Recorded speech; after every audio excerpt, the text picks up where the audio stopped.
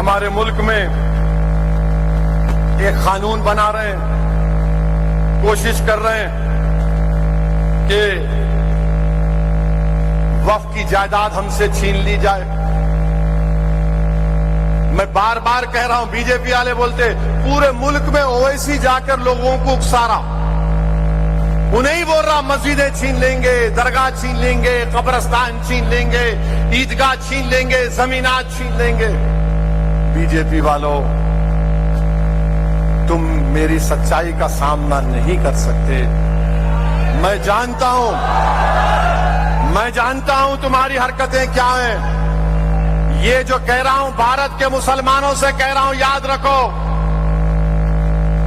हमने एक बाबरी मस्जिद को खोया, और क्यों खोया बता रहा हूं आज तुमको। ये जो कानून मोदी लाए हैं, बिल लाए हैं, कानून नहीं बना अभी, इसमें वक्फ पर यूजर है, यानी आप किसी चीज को इस्तेमाल करते हैं तो उससे उसके इस्तेमाल पर वो वक्फ हो जाती है। मिसाल के तौर पर एक कब्रस्तान है, तदफीन हो रही, वक्फ की हो जाती बरसों से। मस्जिद है, जिस अंग्रेजी का वर्ड है टाइम इमेमोरियल से आप नमाज पढ़ रहे हैं, वक्फ का यूजर है। ईदगाह है, तो अब मोदी क्या किए, वक्फ का यूजर को निकाल दिए, और मोदी ये बोल रहे कि आप रजिस्टर्ड डीड से अब आप वक्फ करना, यानी जितने वक्फ की प्रॉपर्टियां हैं 33,000 वक्फ की प्रॉपर्टी तेलंगाना में। तो मोदी ये बोल रहे कि अब ये कानून जब खुदा ना खास्ता बन गया तो ये 33,000 वक्फ की प्रॉपर्टीज जो तेलंगाना में है, इसमें 90% के पास डीड नहीं है, रजिस्टर्ड डीड नहीं है, तो वो क्या होंगे, वक्फ नहीं रहेंगे ना वक्फ। जब कानून बोलेगा कि रजिस्टर्ड डीड लेकर आओ, रजिस्टर्ड डीड नहीं है। अगर आपको जाके बोलेंगे कि मक्का मस्जिद का डीड लेकर आओ, मक्का मस्जिद पुरानी है, कितनी पुरानी है, 100 साल, 200 साल, 300 साल, करीब 400 साल पुरानी, 400 साल। अब 400 साल में रजिस्ट्रेशन का डॉक्यूमेंट होता था, अब मोदी बोल रहे नहीं, तुम लेके आना। तो गई हमारी मस्जिद, जाती नहीं जाती। वक्फ का यूजर खत्म हुआ तो गया ना। अब सुप्रीम कोर्ट में जब बाबरी मस्जिद का फैसला आया, सुप्रीम कोर्ट ने कहा कि मुसलमानों ने बाबरी मस्जिद को यूज नहीं कर रही थी, आप वक्फ का यूजर नहीं थे, इसलिए मस्जिद आपसे छीन ली गई। तो मोदी सुप्रीम कोर्ट के जजमेंट को देख लिए कि वक्फ का यूजर को निकालो, और बोलो कि नहीं तुम्हारी मस्जिद नहीं है। कोई भी आके आरएसएस वाला बोलेगा नहीं, उसको खोद के देखो, अंदर कुछ निकलता। इनको खाली खोदना आता है इनको। अरे घर में किसको रखे तो दूसरों का नहीं खोदता उन्हें जाके। हर चीज में नहीं, यहां खोदे तो ये निकलता कदे। मेरे भाई सुनो, मजाक का मौजू नहीं है ये अगर कानून बन जाएगा, उत्तर प्रदेश में 1,21,000 वक्फ की प्रॉपर्टीज है, 1,12,000 के पास कागज ही नहीं है। वक्फ का यूजर खत्म हो गया तो वो जायदादें कौन लेगा, बताओ। तुम्हारे पास लीगल उसके ऊपर इख्तियारी नहीं होगा, कोई भी घुस जाएगा। वक्फ का यूजर निकाल दिए।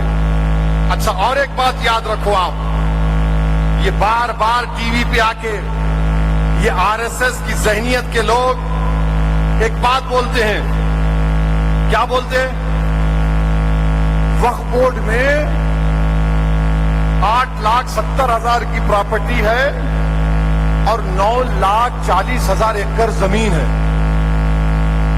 ये बोलते टीवी पे हर एंकर में, वक्फ बोर्ड के पास जो है 9,40,000 एकड़ है। आर्मी और रेलवेज के बाद वक्फ के पास इतनी प्रॉपर्टी है। कभी कभी दिल बोलता है कि मैडम, या उस एंकर से बोलना पड़ेगा, बाबू हम क्या कान में फूल लगा के लाल बस से उतरे अभी? आपको बता तो इनकी झूठ। तमिलनाडु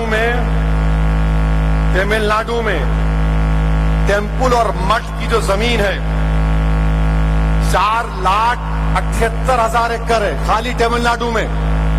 मंदिर और मठ की कितनी है? 4,78,000। बोलो 4 लाख। अब आंध्र प्रदेश को आ जाओ, जहां पर चैरिटेबल हिंदू रिलीजियस इंस्टीट्यूशन कहता है कि वहां पर हिंदू एंडोमेंट की 4 लाख 4,78,000 4 लाख 8,78,000 हो गए। इन्हों क्या बाजा बजा रहे? 9,40,000। अब एक 2 रियासत को मिलाए तो 8,78,000 हो गए। अब इसके बाद आप जाओ तेलंगाना में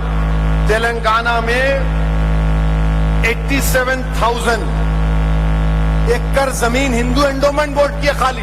अब ये तीनों को मिलाते जाओ 4,78,000 4 लाख तमिलनाडु के, 4 लाख आंध्रा के, तेलंगाना के 87,000। अब ओडिशा को जाओ आप, ओडिशा में खाली 13 हमारे हिंदू भाई बहनों के मंदिरों की जायदाद सिर्फ 13 की कैग की रिपोर्ट है 12,767 एकड़। यानी 4 रियासत को मिला लिए तो 10 लाख हो गई।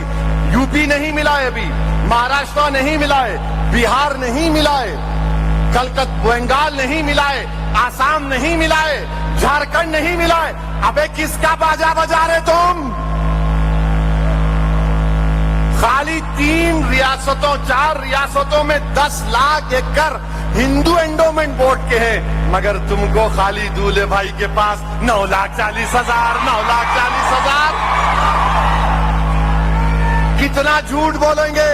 अरे आरएसएस के झूठो, बीजेपी के झूठ बोलने वाले, फैक्ट्री चलाने वालों, टीवी के स्टूडियो में बैठकर मोदी का बाजा बजाने वालों, बेशर्मो। 9,40,000 मुसलमानों के पास है, वक्फ बोर्ड के पास है, वक्फ बोर्ड के पास है। अभी ये 4 रियासतों में 10 लाख एकड़ किसकी है? हिंदू एंडोमेंट बोर्ड की। हम क्या बोल रहे? नहीं, आपने कैसा है? अरे तुम्हारे बाप की दी हुई नहीं है, ये गवर्नमेंट की नहीं दी हुई है। हमारे आबा अजदाद ने अपने खून की गाढ़े पैसे की कमाई से इसको वक्फ किया। 9,40,000 है। 4 रियासतों में 10 लाख एकड़ है, उस पर नहीं बात करेंगे। अब हम उम्मीद करते कि मीडिया वाले इसको कल चलाएंगे। डरिए मत मोदी से। मोदी अभी जा रहे हैं, बाय बाय हो रहा है। इंशाअल्लाह ताला जम्मू कश्मीर हारेंगे,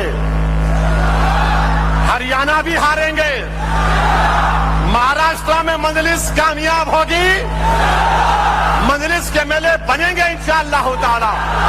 इम्तियाज जलील बनेगा एमएलए, मुफ्ती इस्माइल बनेगा, धूलिया से फारूक शाह बनेंगे, सोलापुर से फारूक बनेगा, मुंबई वर्सोवा से इंशाअल्लाह ताला रईस लश्करिया और हमारे कई एमएलए को कामयाब करना है। महाराष्ट्र की विधानसभा में जाना और जाकर उनसे पूछना है कौन है वो जो बोल रहा था मस्जिद में घुस के मारेंगे। मेरे भाई, ये वक्फ का कानून एक और उसमें बात है। अब आप क्या कर रहे? स्टेट वक्फ बोर्ड में कोई हिंदू नहीं बन सकता मेंबर, सेंट्रल वक्फ काउंसिल में भी हिंदू नहीं बन सकता सिवाय मिनिस्टर के। मोदी जी बोल रहे हैं आपकी तकलीफ क्या हिंदू को लेके आए थे? हमारे को तकलीफ हिंदू भाइयों से नहीं है, हम हिंदू भाइयों से हमारी कोई तकलीफ नहीं है। हमारी तकलीफ यह है कि हिंदू एंडोमेंट बोर्ड जो है, अब जैसा कि उत्तर प्रदेश में काशी विश्वनाथ टेम्पल एक्ट है, उसमें उसका कमिश्नर भी मुसलमान नहीं हो सकता, कानून में लिखा हुआ है। उसमें मेंबर खाली हिंदू हो सकता है, अगर उन्हें हिंदुइज्म को छोड़ दिया तो उसकी मेंबरशिप आउट।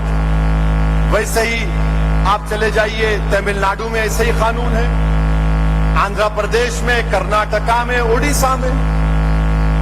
जब वहां पर कोई नॉन हिंदू नहीं बन सकता, यहां पर कैसे बनेगा?